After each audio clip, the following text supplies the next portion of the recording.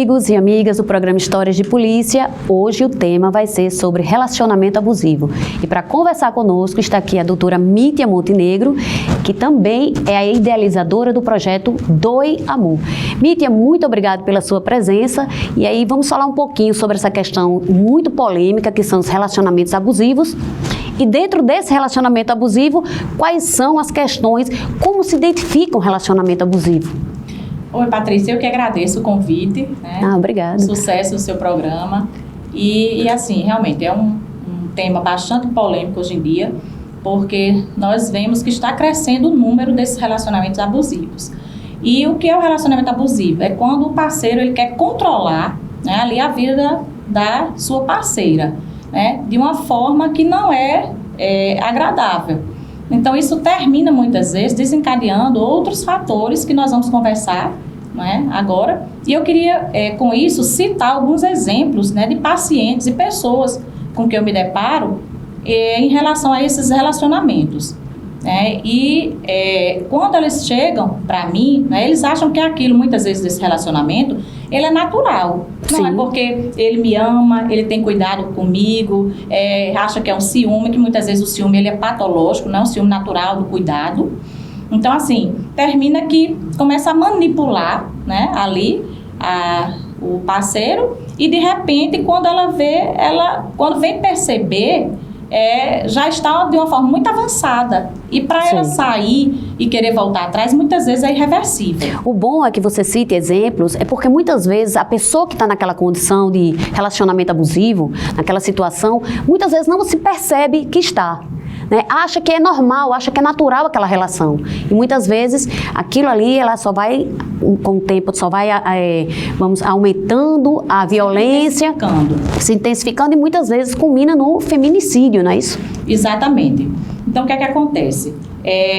O parceiro chega, né, de uma forma muito sutil e ele começa, né, a dizer, não, você fica mais bonita com um determinado tipo de roupa. Ah, eu não gosto desse cabelo curto, eu gostaria que você ficasse agora com o cabelo longo. Quando manda tirar a roupa. Manda tirar a roupa, né? Na hora de sair, né, ela tá toda pronta e de repente ele vai dizendo, não gostei dessa roupa, vai tirar. Então, no início, ela acha que ele é bonitinho. Ah, ele tá se importando comigo, ele tá com cuidado, porque a minha roupa tá curta.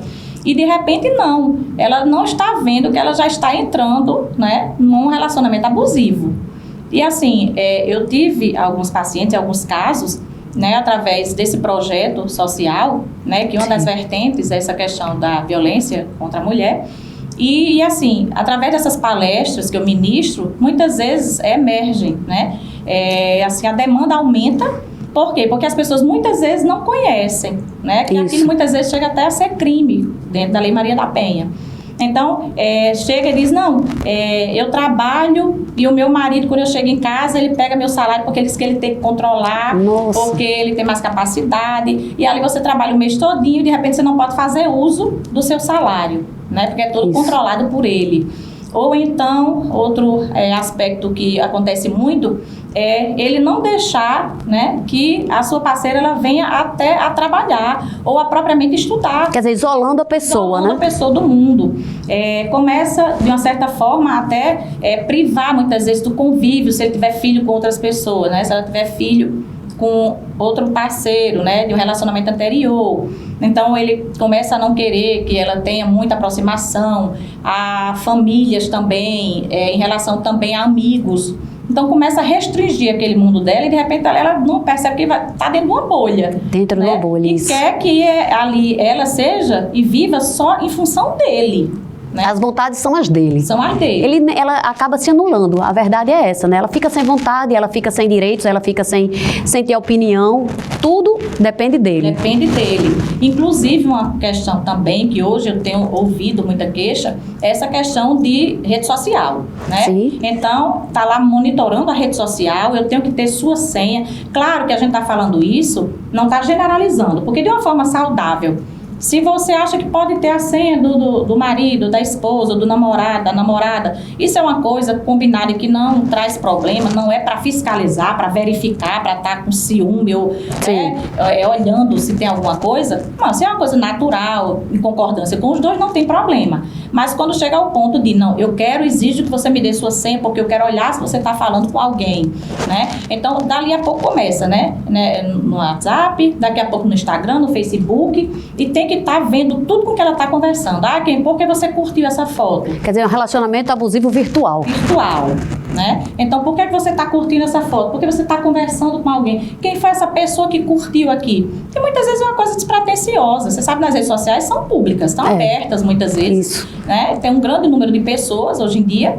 Então, assim, mas infelizmente tem acontecido muito, né? Eu tenho sido muito procurada por pacientes em relação a isso, né? Teve uma pessoa que me procurou depois de uma palestra que eu ministrei, até numa igreja, né? Que a gente vai a igrejas, instituições e escolas.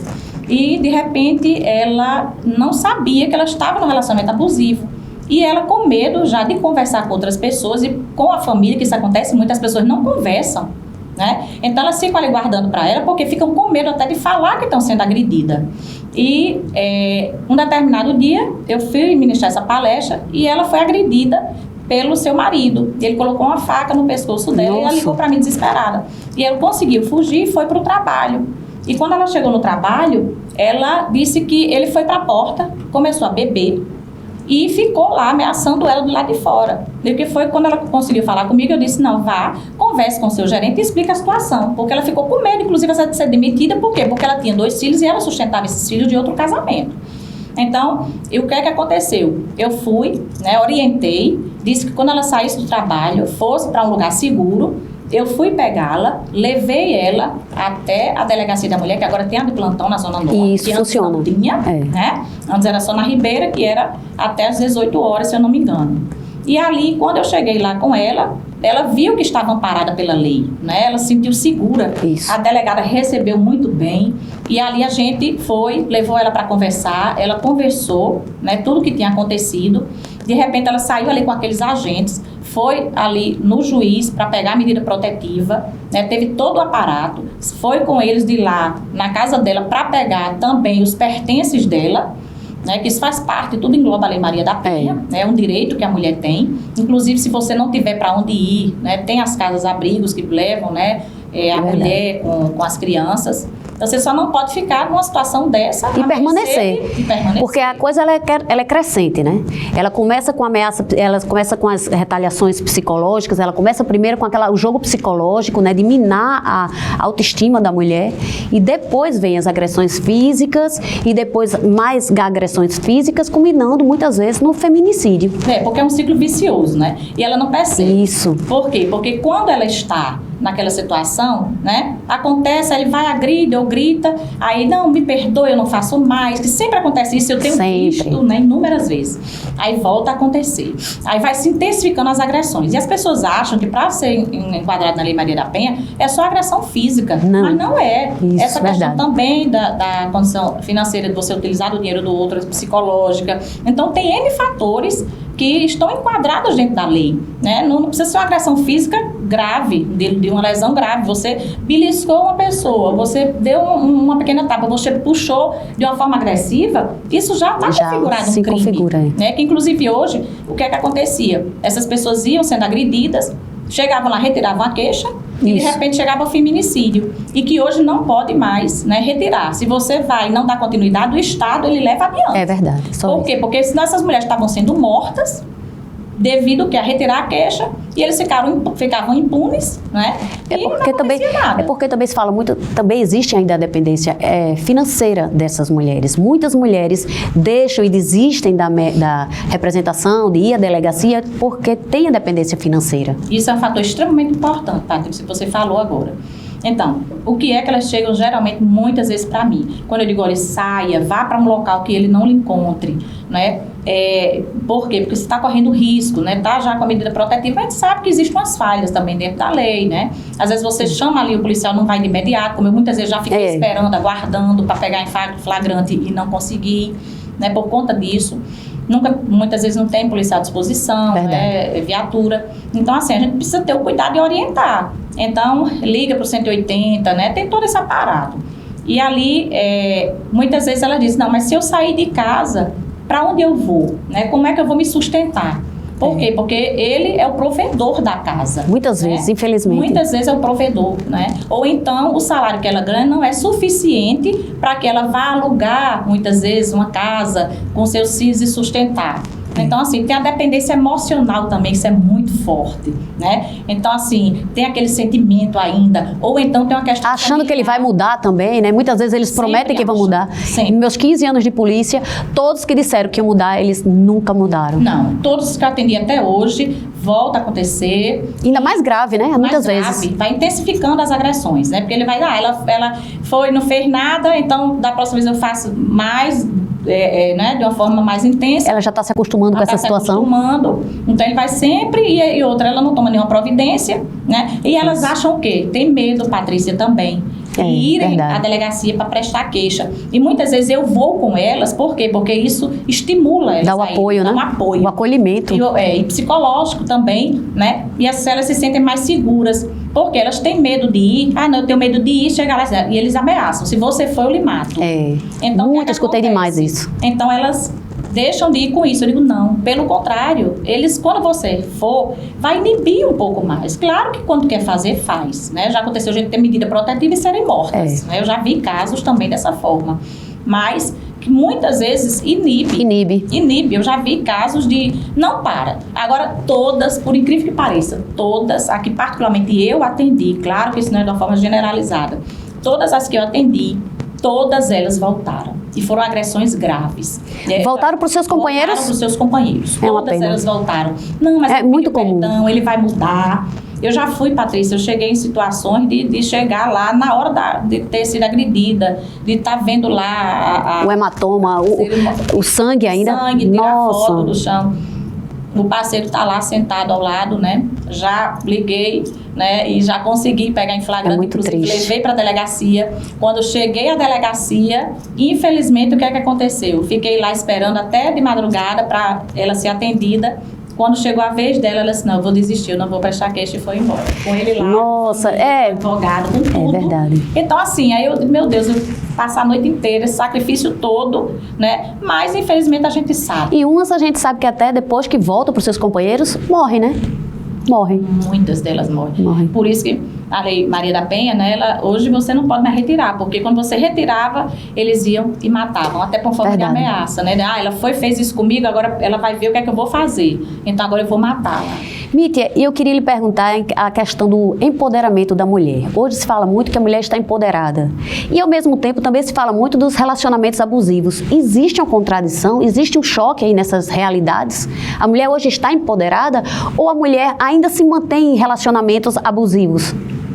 Eu acho o seguinte, na minha concepção, cada um tem uma visão. Né? Então, assim, na minha concepção, eu acho que a mulher hoje está empoderada nessa questão retrógrada do machismo hoje.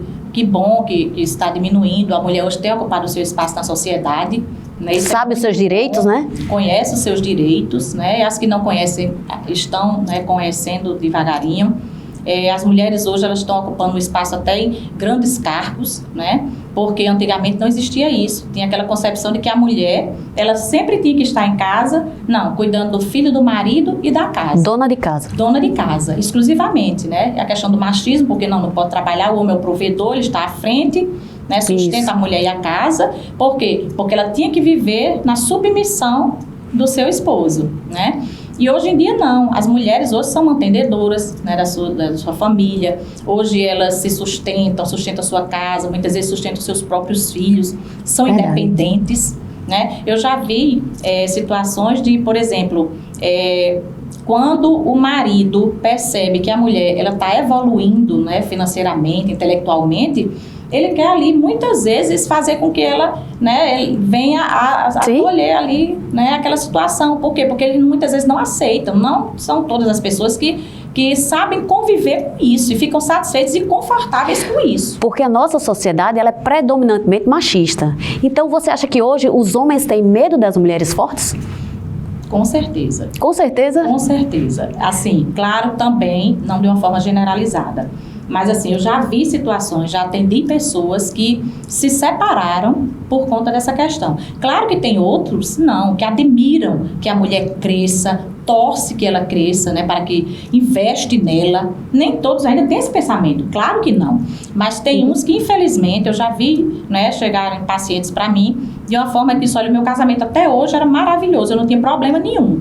Mas, infelizmente, né, depois de que eu achei que eu deveria, né, ir estudar, porque eu queria ter a minha independência, não estar dependendo do meu marido para tudo, hoje em dia as coisas estão muito difíceis, eu queria somar, ajudar ele na casa, né, no sustento da família. E ela foi fazer um concurso e passou, né, em um concurso, e de repente começou a ganhar bem melhor que ele. Então, ao invés de ele ficar satisfeito, né, e feliz, por quê? Porque ia somar, ia ajudar, né, dentro de casa. Infelizmente foi o inverso. Ele ficou extremamente frustrado, não aceitava aquela situação, achava que estava numa situação de inferioridade. Então, assim, começou a querer não sair mais. Isso é devido à cultura machista. Cultura machista. Não queria mais sair mais com as pessoas, com os amigos, porque ele estava se achando, né, discriminado. Então, assim, isso tudo é uma impressão dele. Na verdade, não acontecia nada. Isso era uma coisa que ele tinha incutido dentro dele. E ali, o que é que aconteceu? Chegaram, infelizmente, a se separar, porque ele não aceitou, ele não conseguiu conviver com aquela situação. Da mulher empoderada, da mulher feliz, da mulher forte, ao lado dele, né? Porque dizem que sempre ao lado de um grande homem tem sempre uma grande mulher. Com certeza, eu acho que é uma somatória de tudo, né?